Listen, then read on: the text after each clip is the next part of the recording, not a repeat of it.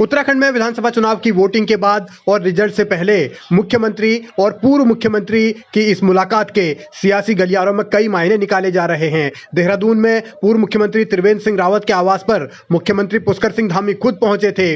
चुनाव के बाद हुई इस मुलाकात को अब अलग अलग नजरिए से देखा जा रहा है। राजनीति के जानकार मानते हैं कि पुष्कर सिंह धामी अभी से ही लॉबिंग में जुट गए हैं। नतीजों को लेकर भले ही भारतीय जनता पार्टी में असमंजस की स्थिति हो, बेशक कांग्रेस दावा कर रही हो 48 से ज्यादा सीट जीतने का, लेकिन बीजेपी में जिस तरीके से अंदर खाने गुटबाजी के सवाल उठ रहे हैं या भीतरघात के आरोप लगाए जा रहे हैं, तो उन आरोपों के बीच मुख्यमंत्री धामी और त्रिवेंद्र सिंह रावत की मुलाकात एक अलग नजरिए से देखी जा रही है। इससे पहले पुष्कर सिंह धामी ने रमेश पोखरियाल निशंक, जो कि पूर्व केंद्रीय मंत्री हैं, पूर्व मुख्यमंत्री भी रहे हैं उत्तराखंड के, उनसे भी मुलाकात की थी और उस मुलाकात के बाद भी सियासी गलियारों में हलचल हुई। सवाल इस बात को लेकर उठे कि आखिर इन मुलाकातों के क्या मायने हैं। हालांकि हर नेता ने इसे शिष्टाचार मुलाकात बताया, लेकिन राजनीति के जानकार ये बतलाते हैं कि नतीजों के बाद की स्थितियां क्या रहने वाली हैं, उसको लेकर अभी से ही बैलेंस बना लिया जाए और अलग अलग गुटों में बटी बीजेपी एकजुट नजर आए, उसको लेकर पुष्कर सिंह धामी एक अलग तरीके से पहल कर रहे हैं, कोशिश कर रहे हैं।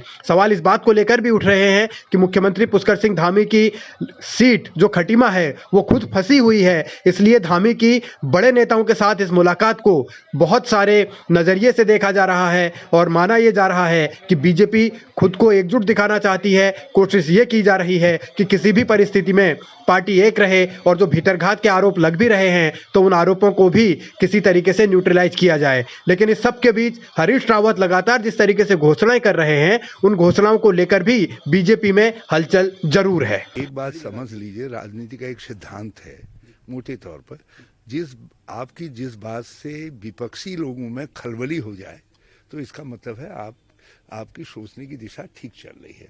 तो हरीश रावत की सोचने की दिशा ठीक चल रही है, क्योंकि मेरे कहने से भाजपा में खलबली है। हरदा की अपनी बिसात है तो पुष्कर सिंह धामी भी नतीजों के बाद की स्थिति को लेकर अलर्ट मोड में नजर आ रहे हैं। दो पूर्व मुख्यमंत्रियों से उनकी मुलाकात बहुत अहम मानी जा रही है और खास तौर पर सबको साथ लेने की उनकी कोशिश का ये हिस्सा बताया जाता है। लेकिन मुलाकात हुई तो बात क्या क्या हुई, इस बात का खुलासा किसी ने नहीं किया है। हालांकि पूरी राजनीति अब ईवीएम के आसपास भी घूम रही है। जो खबरें हैं कि अलीगढ़ से ऐसे ताले बनवाए जा रहे हैं जो बिल्कुल स्ट्रॉन्ग रूम्स में लगाए गए हैं, आइडेंटिकल ताले बनाए जा रहे हैं, कई बातें कही जा रही हैं। यूपी में और उत्तराखंड में जिस तरीके के स्टेक्स हैं भाजपा के और जो स्थिति है चुनाव में वो निश्चित पराजय में है, तो ऐसी हालत में लोग कहते हैं, वो खुद ही कहते हैं जब वो हैं तो सब कुछ मुमकिन है। तो ये भी तो मुमकिन है कि ईवीएम के साथ छेड़छाड़ हो जाए और ये भी मुमकिन है कि ईवीएम बदल दी जाए। तो आप भी क्या कार्यकर्ताओं से ऐसी अपील करते हैं कि निगरानी पूरी तरह से? जब अध्यक्ष जी ने कहा है तो उसमें सभी का, हाथी के पाँव में सबका पाँव, उन्होंने जो भी कहा है और ये पूरी पुख्ता शंकाओं और सूचनाओं के आधार पर कहा है। सब लोग डरे हुए हैं। हम प्रशासन तंत्र से अपेक्षा करते हैं कि वो निष्पक्ष अंपायर की भूमिका में रहे।